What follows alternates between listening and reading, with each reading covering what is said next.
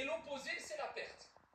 Alors il y a un hadith qui est plus qu'étonnant et qui nous montre le degré qu'avaient atteint les compagnons et qu'avaient par rapport à nous les compagnons radiyallahu anhum wa ardahum. Ibn Khuzayma, avec une bonne chaîne de transmission, nous rapporte qu'un homme est venu voir Abu Huraira. Vous connaissez Abu Huraira, c'est un des plus grands rapporteurs de hadith du prophète sallallahu alayhi wa sallam, ce grand compagnon. Et il lui a dit, regardez, ils essayaient de trouver des trésors que les autres n'avaient pas trouvés. Et acquérir des trésors que les autres n'avaient pas encore acquéris. Il lui dit, Abu Huraira, est-ce que tu as un hadith à me raconter? Parce qu'Abu Huraira leur citait des hadiths.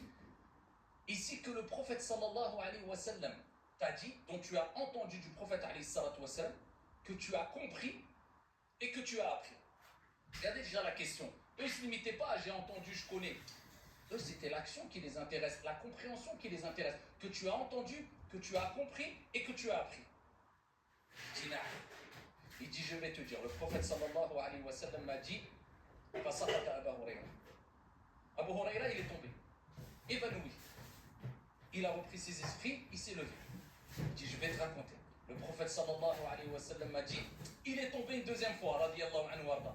Il n'a pas pu réciter le hadith. Il a eu peur pour lui avant de réciter le hadith. On récite 1 million de hadiths. Illa man rahimallah.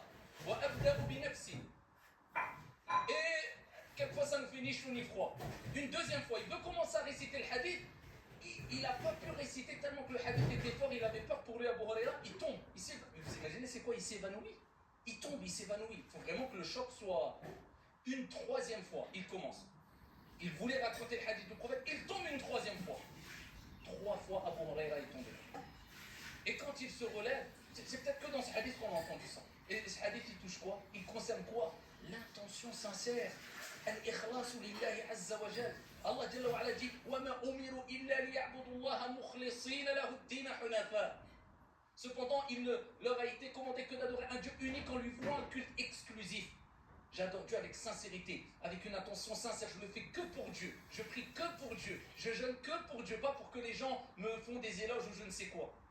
Abu Huraira, la troisième fois, il est tombé, il s'est levé, il a raconté. Et il dit, au jour de la résurrection, Allah subhanahu wa ta'ala descendra vers ses serviteurs pour les juger. Et les 3 premières personnes, les 3 premières personnes qui seront jugées, c'est qui? C'est quelqu'un qui buvait de l'alcool, c'est quelqu'un qui a fait du mal aux gens, quelqu'un qui a menti, quelqu'un qui n'a pas prié, c'est quelqu'un qui a appris le Coran par cœur. C'est quelqu'un qui est mort martyr.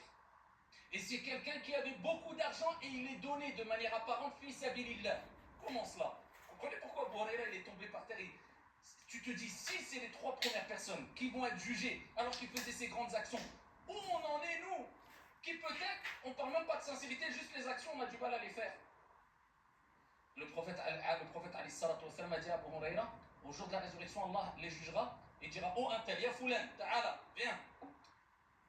N'ai-je pas descendu le Coran et je t'ai facilité l'apprentissage du Coran? Dieu lui rappellera que ce bienfait vient d'Allah.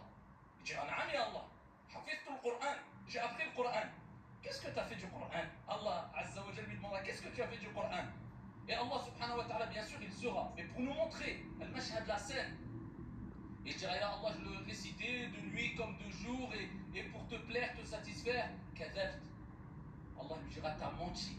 Tu as lu le Coran et tu as appris le Coran, tu récitais le Coran pour que les gens disent, oh Foulan, masha'Allah, il a appris le Coran, wa qad qil.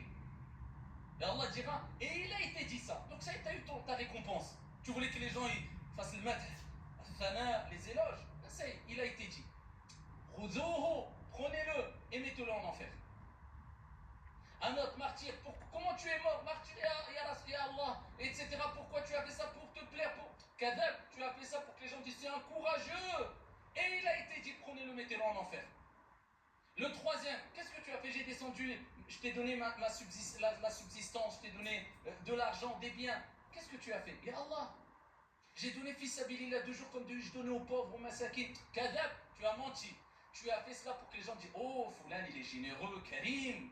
Waqad qil, et il a été dit, prenez-le, mettez-le en enfer. Et Abu Huraira a dit, le messager d'Allah alayhi salatu wa sallam a dit, c'est les 3 premières personnes qui seront touchées et encerclées par le feu. Wala'iyadu billah.